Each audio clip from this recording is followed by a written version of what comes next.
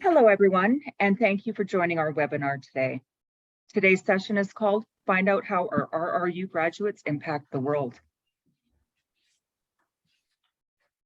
Before we start, I would like to take a moment to recognize the traditional Indigenous lands where EcoCanada's office is based in Calgary.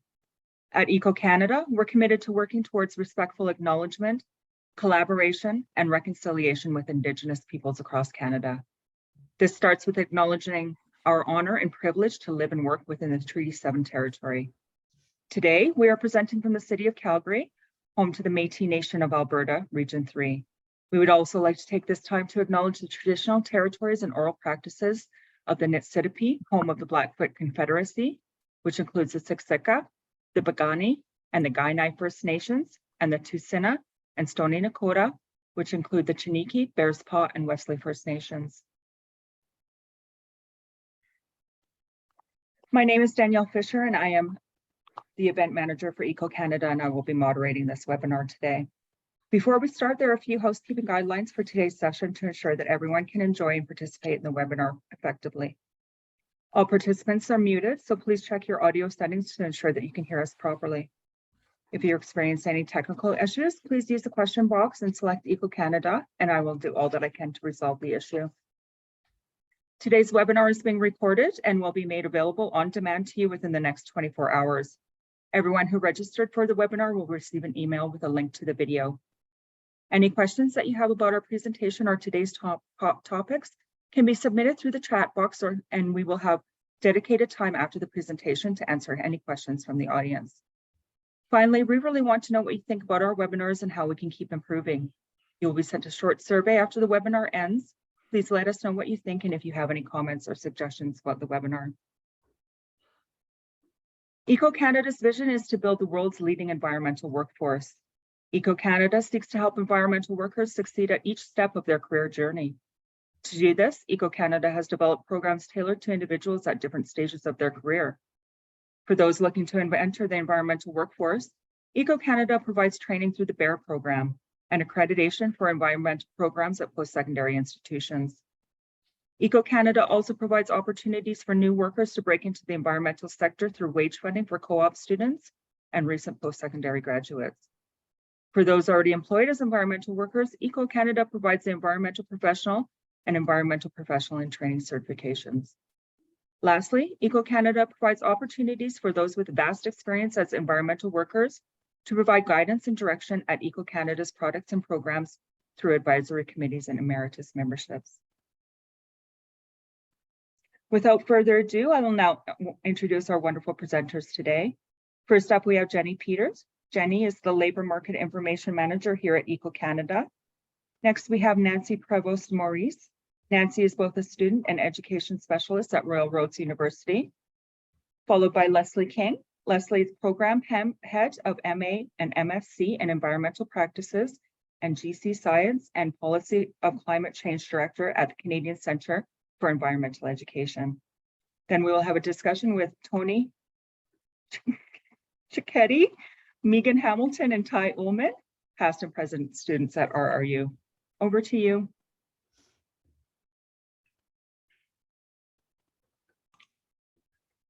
Jenny? Yeah. Let's start off with a little bit of background, a little bit more about EcoCanada before we jump into some of the exciting labor market information we have to present to you about environmental workers.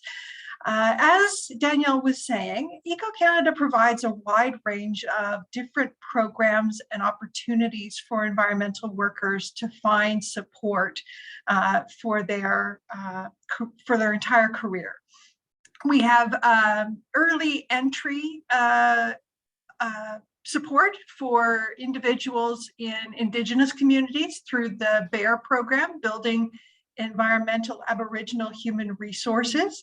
That's a program where we go out into Indigenous communities and in conjunction with elders and traditional knowledge holders in those communities, we provide training so that individuals in the communities can become competent in a variety of different types of environmental work. As Danielle also mentioned, we accredit university programs such as the RRU programs. That basically gives a stamp of approval that says we believe that the individuals who are graduating for these programs are going to have the skills and competences that they need in order to be successful as environmental workers once they enter the market. We offer wage funding for individuals who are in their post-secondary programs, as well as for those who have just graduated and are young people entering the marketplace.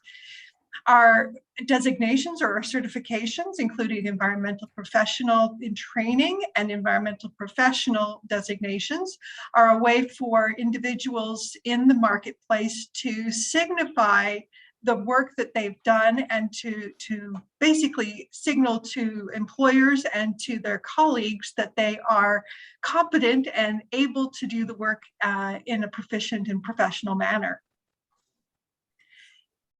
Next slide.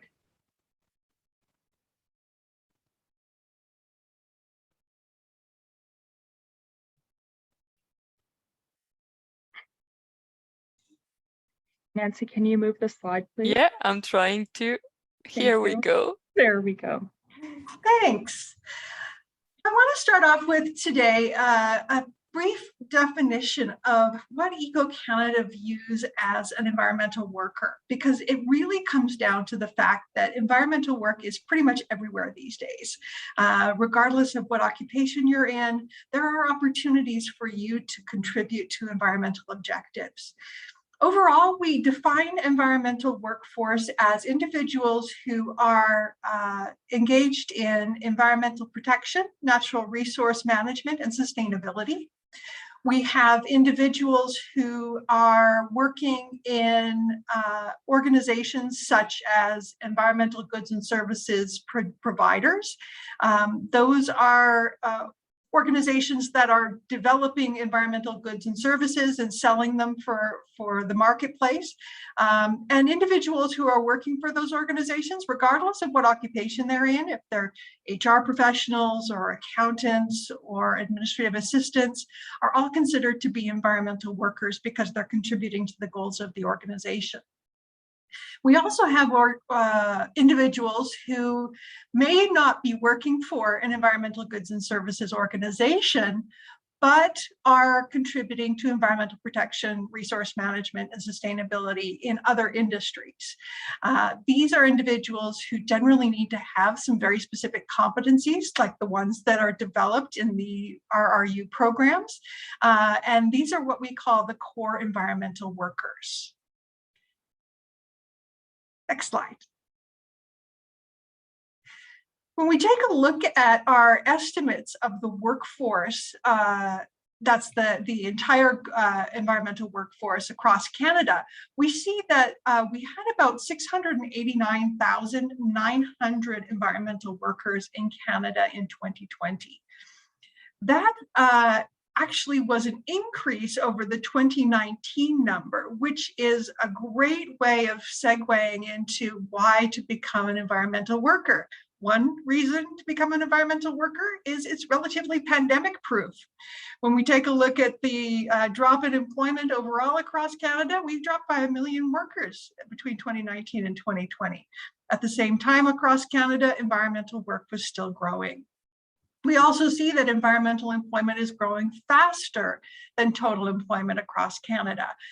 Total employment is going to grow about 5.4% over a 5-year period, while we're going to see environmental employment grow by 109,000 workers, or 16.6% over that same period of time.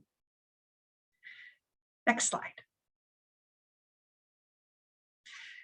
When we take a look at the projections for the next 5 years, we can break down the growth in jobs in the environmental sector into 2 parts. One is the new jobs, which are being created by brand new opportunities that are being developed by new organizations and old organizations that are working in the environmental space. We anticipate about 74,400 brand new jobs are going to be created in the environmental sector. We also anticipate a lot of retirements over the next little while. About 98,300 additional job openings in the environmental sector are expected solely because of retirements from the industry, which brings us to a grand total of 172,700 job openings for environmental workers, a variety of stripes. That's about 25% of the 2020 overall employment level for environmental workers. So that's a big chunk of opportunity for people looking to get into the field. Next slide. As I mentioned before, there are a wide variety of different types of occupations which individuals can pursue after they've finish their environmental training or if they want to do environmental work. Most of the individuals in the environmental workforce find themselves either in the natural and applied sciences and related occupations.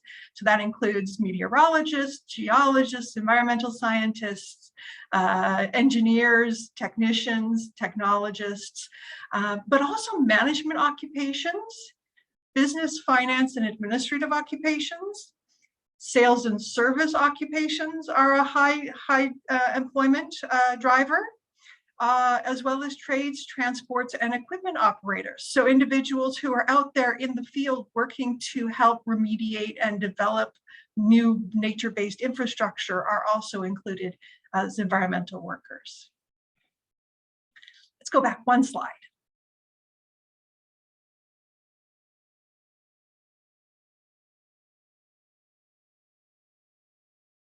There we go.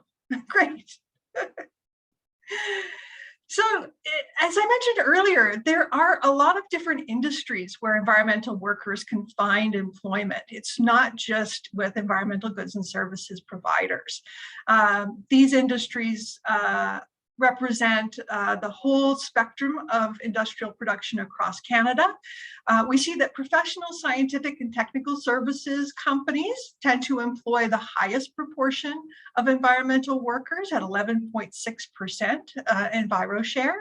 But we also see high levels of employment for environmental workers in utilities, in mining, quarrying, and oil and gas extraction, and in public administration as well.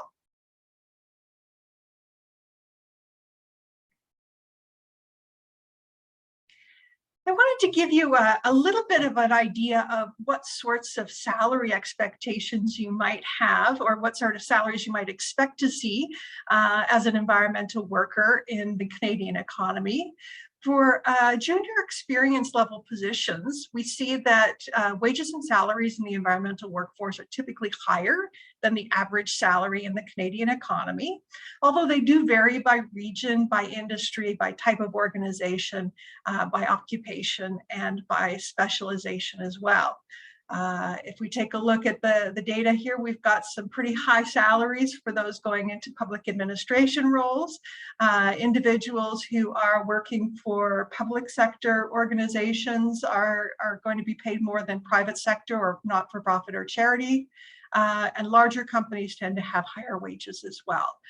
But there is a good, solid salary base for those who are going into environmental work.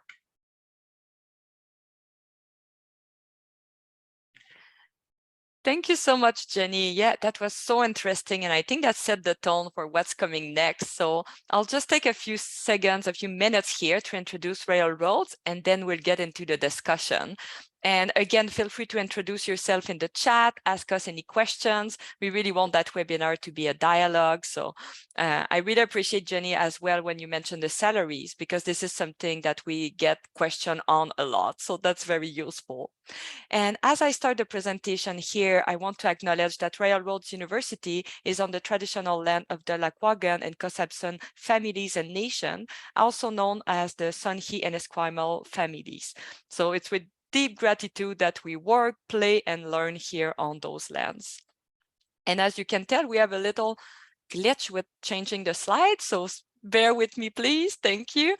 And So why railroads? Hopefully some people in the audience today, you're asking yourself, oh, should I do a programs at Railroad? What is Railroads University about? So here is like 5 quick bullets for you.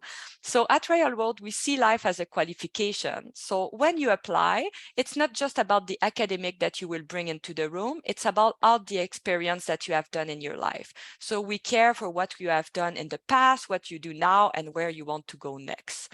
Also, prof who know your name. For me, that's pretty important. You're not just a number at Railroad. People will know your name from the beginning when you apply to the end when you graduate.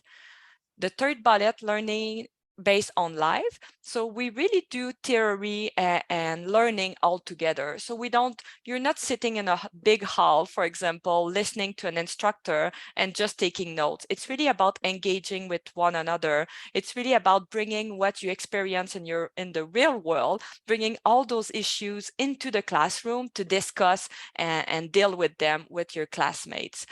Connection for life, the fourth one. So people you will meet at Railroads will hopefully stay with you all your life. So you might make connection that you will see people in real life after your program. You might work with some people. So we have a beautiful network of graduates from everywhere in the world.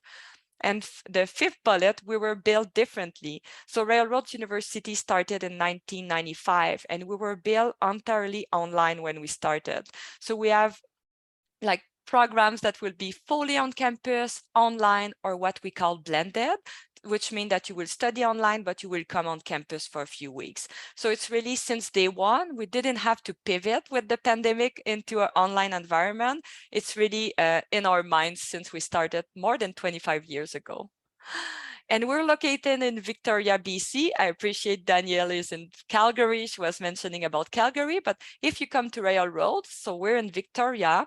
I'll just leave you a quick second to look at the slide here. So we are on Vancouver Island. If you're looking to study in a place, it's quite a small town, but we're close to big cities such as Vancouver and Seattle. And I know that most people really like the mild climate here. So we have kind of a 6 degree during winter and 25 degrees during summertime. So if you're like me, coming from the east part of Canada, you appreciate that we don't get that much snow here. And Victoria has been named, we always win so many titles like friendliest cities in the world, best small cities in the world. So you can find more info on our website. And here are a few pictures. As I said, some program will be here on campus, some program will be online, but maybe you have seen the Hatley Castle, which is one of the most iconic buildings we have on campus here. So we had many, many movies filmed there, and sometimes we have classrooms in the castle or events. We have the Japanese garden. We have 565 acres of land at Railroad, so it's pretty unique. You can always go for a nice walk or run with your friends and colleagues. We have a newer building like the one I'm in today, the Sherman Gen building with huge windows where you can see outside. And as I mentioned, the online learning for 25 years. So we have different technology that we use. So you can do your class online with your colleague, but still feel connected with them. And we are also a Changemaker campus. So only a few institutions in Canada and North America have that accreditation. And it's all about leadership, innovation, and entrepreneurship. So if you're curious, you can go online and type Ashoka U accreditation and you'll learn more about it. But we're very proud of it. And I think I'll pass it to you, Leslie, before we jump into that conversation. Thank you very much. And I want to thank Cassandra for starting off with the introductions. Please let us know where you're joining from and what city or region, what traditional territory are you occupying? What do you do? And are you interested in any of our programs? And if so, which ones? Because that will help us tell you about them. Jenny, thank you. I always say that I think those Eco-Canada projections are conservative. I think if you want to do environmental work, you will do environmental work. And I think it's exploding with climate change and loss of biodiversity. So for instance, last night I had the students in my climate program, the Science and Policy of Climate Change do their final presentations of the program. And they were reporting on the placements that they've been doing for the last 6 months. What a wonderful variety of work they did, helping organizations address climate change. And there were so many of them. And one student declined to work for an organization, but rather invented her own job, which is keeping track of green products in the marketplace and talking about them on her website, which is called The Local Leaf. So basically we have, oh, Peru, that's wonderful. So there is no limit to the kinds and numbers of jobs out there for environmental graduates. What you see here on the slide is the School of Environment and Sustainability programs. And I'd like to say that all SES programs are very applied and they focus on solving real world problems. So we have chosen 3 students to talk to you today, or students or former students, but all of our students are making an impact on the world. So these are just some of the, well, these are almost all of the programs in the School of Environment and Sustainability, but there is one missing, and that is because we move so fast that graphics can't keep up with us. So we have a brand new program called Indigenous Environmental Leadership Pathways program, and that has just started. The first course has just ended, and Megan Hamilton, who is on this call, will be teaching the second course on the environmental issues and challenges facing Indigenous communities across Turtle Island. So some of those programs on that beehive, is that what it's called, Nancy? Beehive diagram? Yes. Yeah. Are offered in partnership with EcoCanada. So over on the far right, oh, well, on this slide, it's fine, Nancy, let's have that slide with my favorite photograph. Thank you.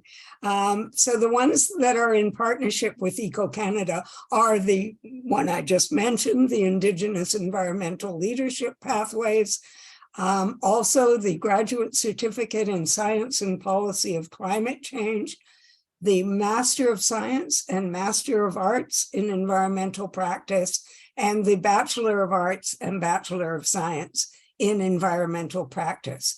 But as I say, the other programs which are not offered in conjunction with EcoCanada are all very applied. Our partnership with EcoCanada keeps us real, I think, because it really connects us with the environmental workforce, with what the needs of environmental employers. But as I say, all of our programs have an impact on the world. Sorry for my voice. I wish I were pandemic proof, but I proved not to be pandemic proof, Jenny. So I'm still recovering, which is why I'm losing my voice. Okay, Tunisia, Cincinnati. Okay, wow, we have a very international audience, and Peru, I'm delighted. This is great. Oh, the BSc in Environmental Sciences, which, by the way, is EcoCanada accredited.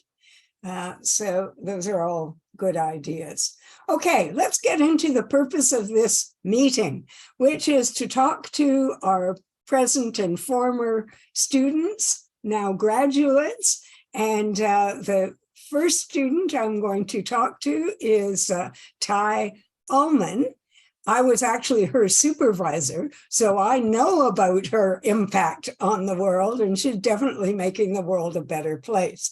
So for the 3 students, I'm going to ask you about your programs, your SES programs, and then what you did that I would say is having an impact and making the world a better place. I'll start with Ty, I'll go to Tony, and I'll end with Megan. But as I am asking them questions, please, any other panelists, you can ask questions too. And please, students or graduates, I hate calling you a student, Megan, since you're working with me. Please, you can ask each other questions too, and that will make this a livelier discussion. Okay, starting with you, Ty. Well, thank you so much. And thank you, Leslie, and thank you for having me here today. I am right now at the Royal Roads campus, but I just wanted to acknowledge that where I live is the unceded territory of the Coast Salish people and the traditional lands of the Tla'amin Nation. I work in the Qatet Regional District, and it was formerly the Powell River Regional District, but was renamed when we were gifted a name from the Tla'amin Nation, and it means working together. So that's what I try to work towards and for. And so I guess I work as a consultant to the regional district in environmental. It started in education, and then I started to get more integrated into the regional district, and I'm implementing their solid waste management plan. And so trying to bring our community towards zero waste. And I was definitely at a place where I wanted to move to a more management position and started exploring all of the amazing opportunities at Royal Roads. And so I decided to take the Master's in Environment and Management program with really amazing core programs in sustainability and systems and governance and all these amazing programs to expand my learning so that I could bring more to my community. And I will say one of the most amazing things about the program is that you can work at the same time, and it really integrated nicely with my work. I found that everything was connecting and I was a lot closer than I thought. Everything, we were given an assignment and immediately I could find something that connected or related to my work. So it felt like my time was really well spent. I was able to contribute to my work at real time, in real time. So that was an amazing benefit of this program. Excellent. Tell us about your work and your project and how you've made the world a better place. So one of my passions is the built environment and how can we eliminate waste from the built environment. So I chose to do a major research project instead of a thesis, which was just offered in 2020 for the first time. So it was really applied, and I could work with my local government to find a gap. And the gap that I found was, in our region anyways, how to create a local circular economy for construction and demolition materials that would stay in our community, create business opportunities, in our community, work with social enterprises, really bring everybody together, all three local governments. And so that was what my major research project was on. I was able to do the research, talk with local experts, and there's a lot of information on circular economy in the built environment. So pull it all together, kind of show the worldview, show our challenges, and then really bring it down to at a local level and make recommendations to all three of our local governments. So once my grade goes through and I know I'm done, then I will be presenting to the regional district and to the city and to the Tla'amin Nation, who are all part of our solid waste management in our community, and speak with social enterprise and other people who are involved in the built environment in our community to try and solve that problem. So yeah, it's really applicable. And yeah, thank you, Leslie, for being my supervisor. Thank you very much, Ty. You will be graduating.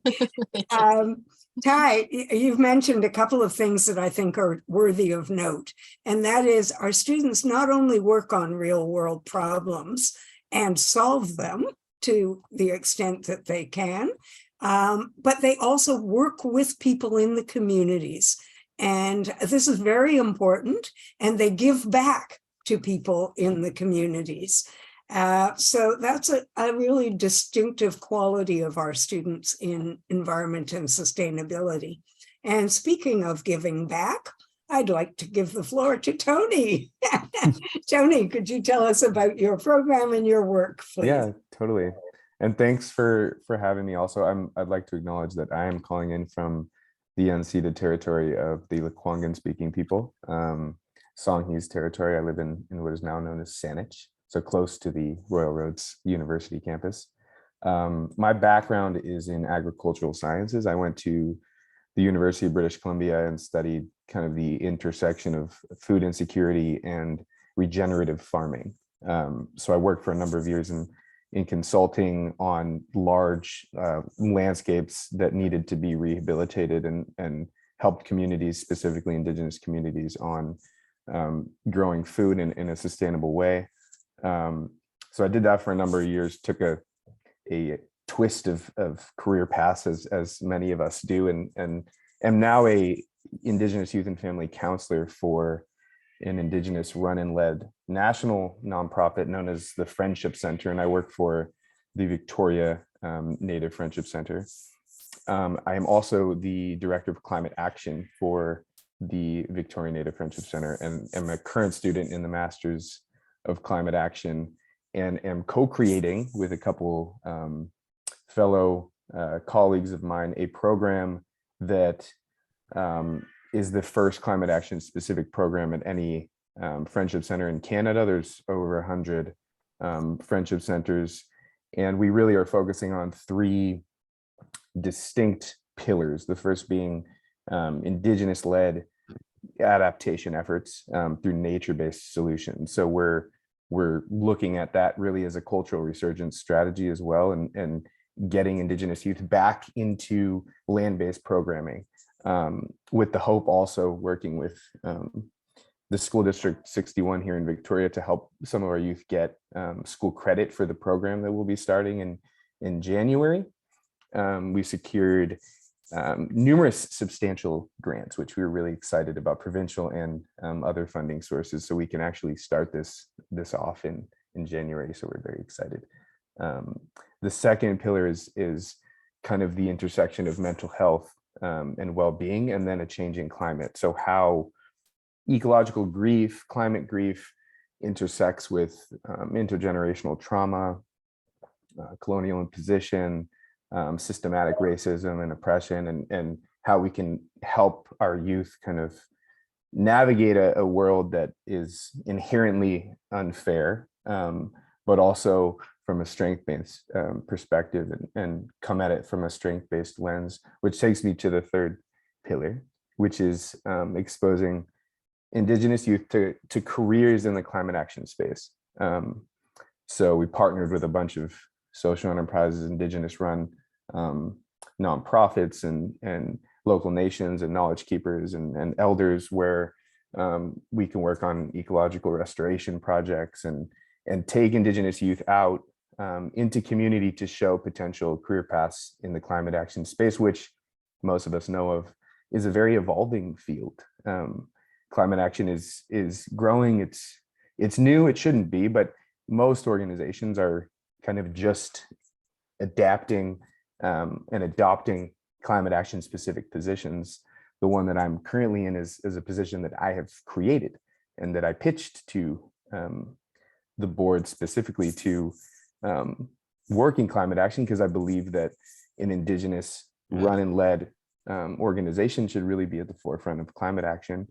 So that's a little bit about what I'm currently doing, and that I'm in my second year of my master's in climate action leadership, and I'll be running this program and working with Robin Cox, who runs the Masters of Climate Action program, and yeah, very excited. I would say I would add that Royal Roads is accessible learning is something that I've been thinking about lately, that and Ty, you spoke to this a little bit, but it is very much so in real time. The programs are, the assignments are, but also the work is and can be, if you have that forward thinking about what you're interested in doing. It's very applicable, and it's something that if you're driven and passionate about something and you want to combine that work with your academic, your academic program, that's something that Royal Roads really encourages. Thank you very much, Tony, and congratulations. Yeah. And I will say that certainly all of our programs, especially our online programs, are designed to accommodate the schedules of working professionals. And I think that is a very important point. Thank you, Tony. Okay, yes. Now I'm very happy to introduce my colleague, who's working with me on the Indigenous Environmental Leadership Pathways program, quite a handful. Megan, take it away. Thanks, Leslie, and thanks, Ty and Tony, for sharing the amazing work you're doing. Sego sewa agwego, Gabura Yonta Megan Hamilton ni Yungets, Gayoge Haga ni Wagon. My name is Megan Hamilton. It's nice to meet you all. I'm coming to you today from Oswego, or Six Nations at Grand River, the traditional territory of the Haudenosaunee. And I'm a Mohawk member of the Haudenosaunee Confederacy on my maternal side, and settler Irish-British on my paternal side. And yeah, grew up in this area. So I'm also a two-time graduate of Royal Roads in the Masters of Arts in Environmental Education and Communication, and then also in the Doctor of Social Science program. And now I am working at Royal Roads with Leslie to help develop the new Indigenous Environmental Leadership Pathways program and teaching a course in it. And it's really exciting to create this new opportunity for learning about how to manage environmental challenges in our communities, and helping students gain credentials that can be used, specifically Indigenous students, that can be used for them to help become environmental managers in their communities, or yeah, do environmental work in any capacity. So it's great to be doing that. Yes. Tell us about your food project, Megan. Pardon me? Tell us about your food project. The food project? Yes, your food security project on your grandparents' land. Oh, sorry, I was a bit confused. So yeah, the beauty of Royal Roads, like Ty and Tony said, is that we can keep doing our professional work and our personal work and stay connected to our community, connected to the places we come from. And so at the time I was doing my master's, our traditional government took on a large restoration project. Actually, at the time, it was the largest in North America, the Red Hill Valley project. So it was restoring highway sides of the Red Hill Valley Expressway in Hamilton, which is our territory. And yeah, so out of that, a community business grew called Guyana-Say, which I was a part of developing. And yeah, it just happened to be on. We built a very large 50,000 square foot greenhouse where we grow native plants and restore yeah, these project areas in our territory. So I moved on from that to do my PhD, and then I became involved in environmental monitoring for our traditional government. So I was one of the first environmental monitors for our community, myself and one of my friends. Two of us were the first, and that was while I was doing my PhD, and that has now grown, and there are probably about 12 environmental monitors now, and many archaeological monitors, and probably as many as 50 with the archaeology side. So yeah, I've also moved on from that, and now working on developing this new program. I also helped bring the BEAR program here to Six Nations years ago, which helped monitors get training for them to be environmental monitors out on development projects, to report back to our community some of our concerns about our territory and developments happening there. So I think what I could say about Royal Roads is that it allowed me to keep doing the things I'm interested in and being involved in community-based environmental projects where I've been asked to. And then knowing when to move on from that, I feel like for me, that was about when younger people were coming up and taking on the roles that I think I could move away from and that they could make flourish. So yeah, I think keep moving, keep doing exciting new things, developing things, growing new projects. And I think we're all doing that. And we all have a lot of connections with each other. We know how to navigate, the online space really well with both teaching and learning. I think when I started my master's, that was before social media was a big thing. And we were already very good at keeping in touch with each other through the Royal Roads platform. And I think that kind of translated into the social media space. And I keep in touch with most of the members of my master's and PhD program and the professors as well. That's another thing at Royal Roads. You'll become very close with a lot of your professors. I'm very close with Leslie now. It's a very personal space where, yeah, everyone makes an effort to get to know you and support you. And that's what's great about Royal Roads, in my opinion. Thank you very much, Megan. No. Now, what I'd like to do is open this up for questions from the people on the call, from our other panel members, and each of you to each other. We've got about 20 minutes, well, a little less because Nancy's going to give you some information before the end, but please ask questions. Leslie, if I may, I got a question in private in the chat here. Someone was good. asking me about how easy it is to get into that field. Let's say all of you, like you started studying, you have an interest, but how did you find the transition into the workplace? I'm trying to summarize the question. Yeah. I'll let the students answer that, although I have my own ideas. Go ahead. How did you?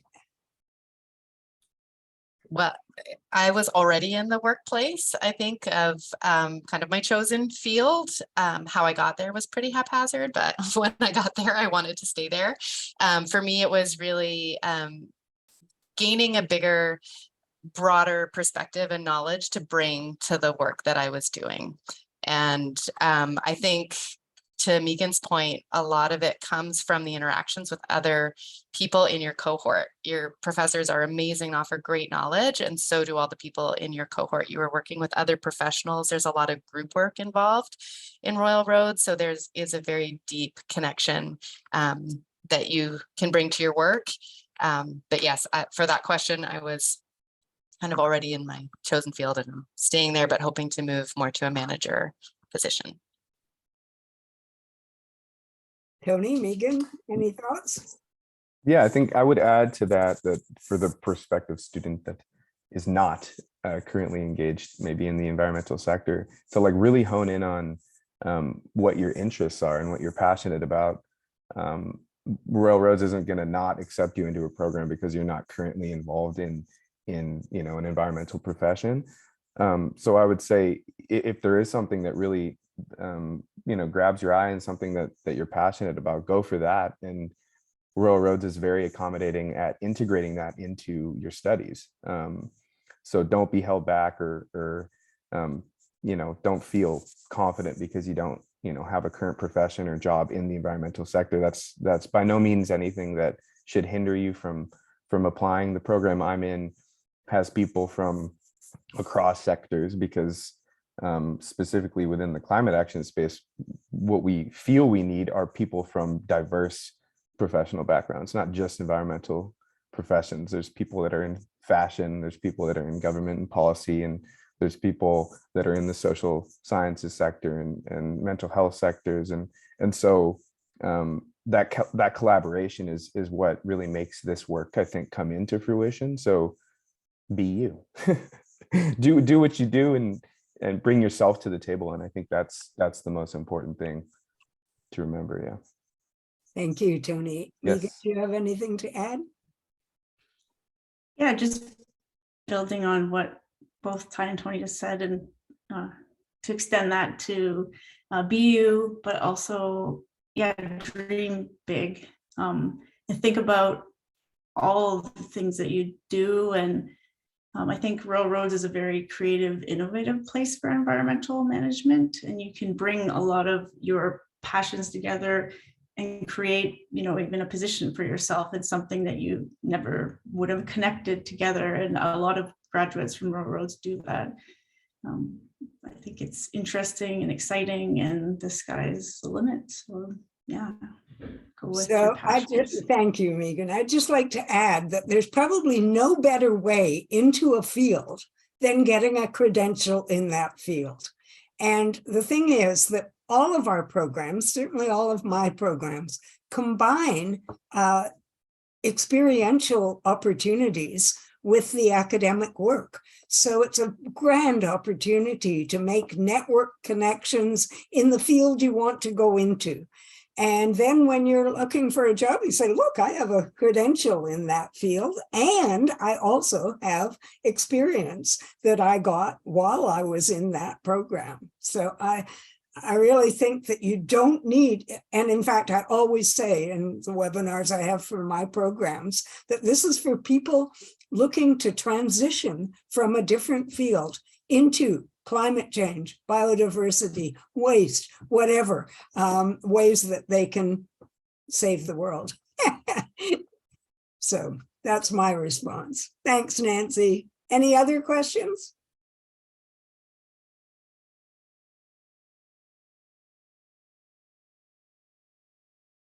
Nancy, you're muted. I don't see any in the chat now. Okay. I wonder if Jenny or Danielle, maybe from Eco Canada, have some. So I'd be curious to know how is the mentorship in the Royal Roads program? How do you develop mentors for your own career? How do you find mentees to help out? And what sorts of mentorship take place during the program?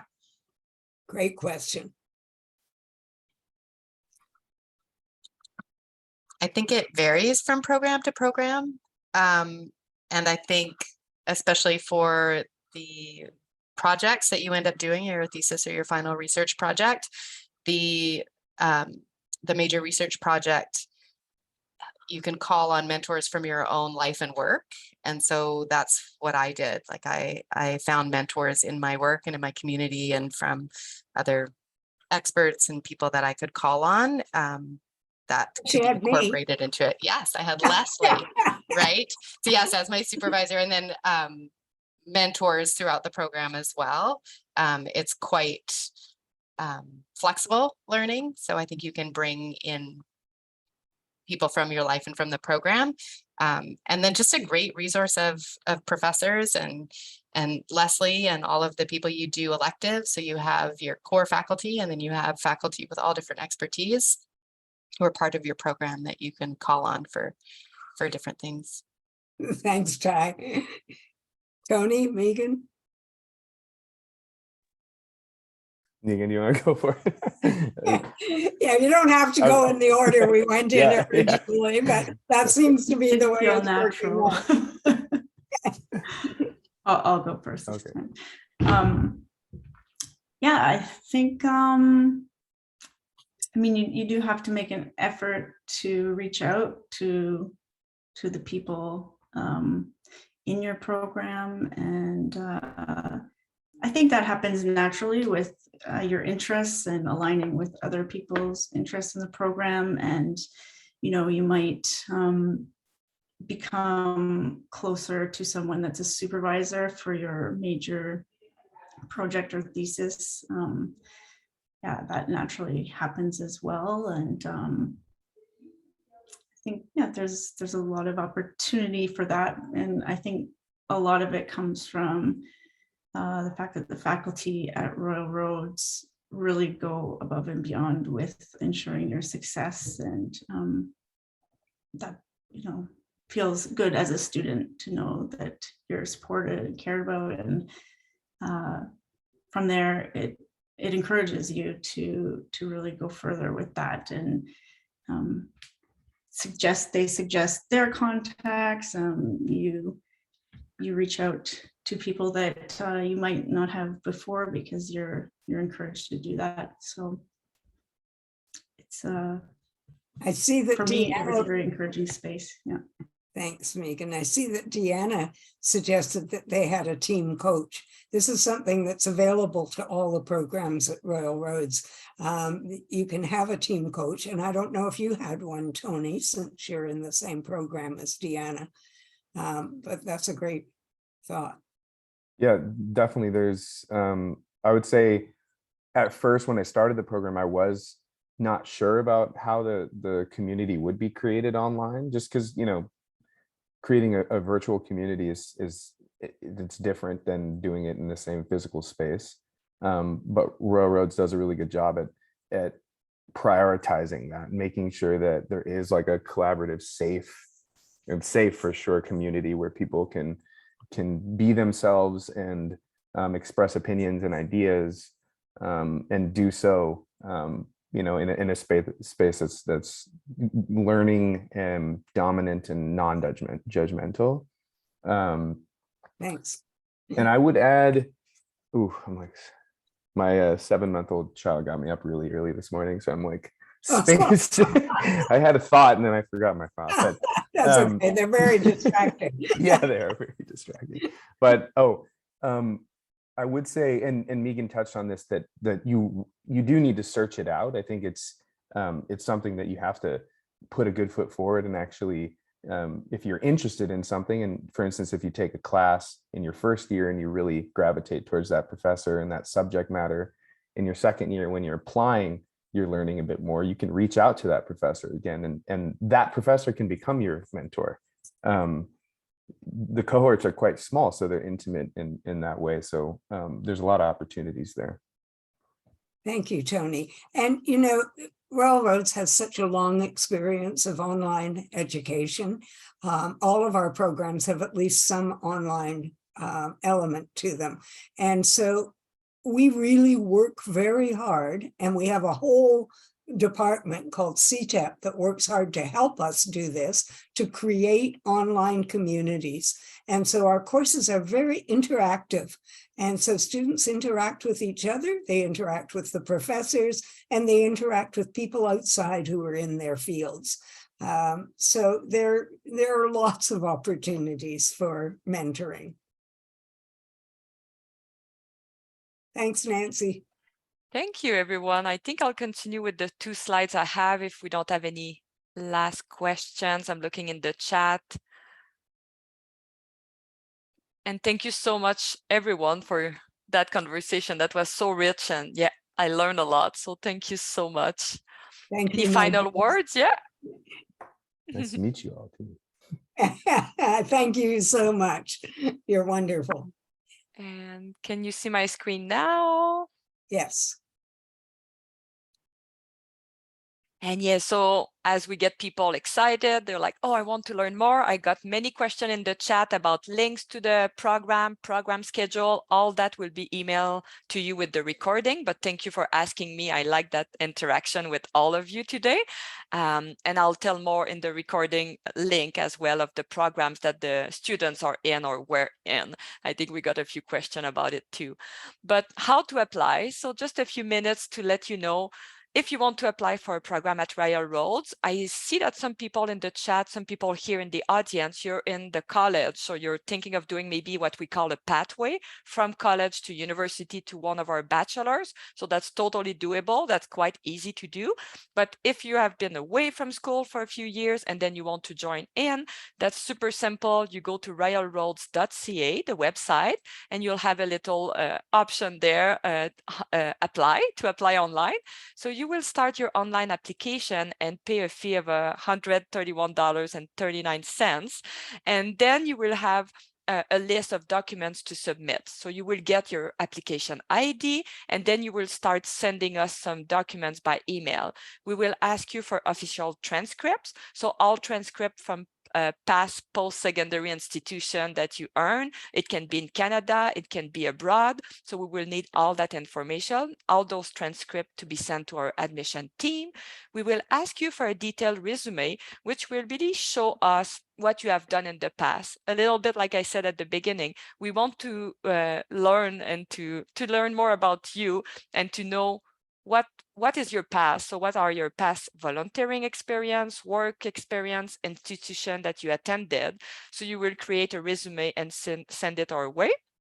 You will as well provide a personal statement. And that was honestly one of my best part when I apply at Royal Roads. It's you really sit and reflect on why you want to get into the program. So you will let us know what you're looking to move ahead with in your career. And again, maybe you did some volunteering in one field before, and this is why you want to switch career and come into the climate action world or the environmental world. So you will write a statement of about 1 page, and you will let us know why you want to get into the program. And that statement can also serve you if, let's say in the past 10 years ago, you did a bachelor and your grades were not that great, because we ask for average B for most programs. If the grades were not there, do not worry about it. You let us know in that statement and statement of intent, and then we will be able to better understand where you're coming from and see if you can apply through what we call a flexible admission. And we ask as well for all our master degrees, we ask for 2 letters of reference.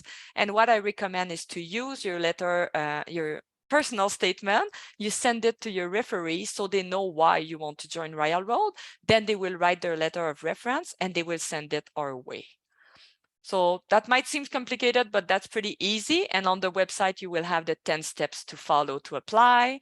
And we do a daily assessment. So you don't need to wait to a deadline. For example, if there's a program in 2023 you're interested in, you don't need to wait that deadline. You can send all your information and your online application today. And we will do an assessment on a daily basis and let you know if we need more documents or if you get into the program. And a question we often get is, what are the services available to you? So you can take a print screen or maybe a picture of that slide. So we have a few funding opportunities, internal and external funding. So you can connect with the amazing thing at the Financial Aid and Awards at Royal Roads University. And if you have any specific question you want to discuss with someone, you can do a Zoom or a call or email. You can start by connecting with the enrollment services at learn.more@royalroads.ca, or you can give them a call there. You can as well go on the website and click to book a Zoom call with them, and they will be happy to connect with you and tell you more about all the programs that Leslie talked about, because there's quite a bit of offering at Royal Roads, and I'm sure there's one program available for you. I'd sure like to know who's teaching that course. They're really enjoying themselves. That's very true, huh? And if there's no more question, I'll stop sharing here. And I'll just say a huge thank you to everyone, and especially ECO Canada that made that session possible. That's amazing. And Danielle, if you want to wrap us up, or Jenny, please feel free to do so. Thank you, everyone, for attending the webinar today. Thank you, Leslie, Ty, Tony, Megan, and Nancy. It was wonderful, very informative. This recording will be made available to you within 24 hours. If anyone wants it, please reach out to events@eco.ca, and I will be happy to provide that for you. Everyone have a fantastic day. Thank you, everyone, so much. Have a wonderful day. Thank you. Thank you. Bye. Thank you so much, Ty, Megan, Tony,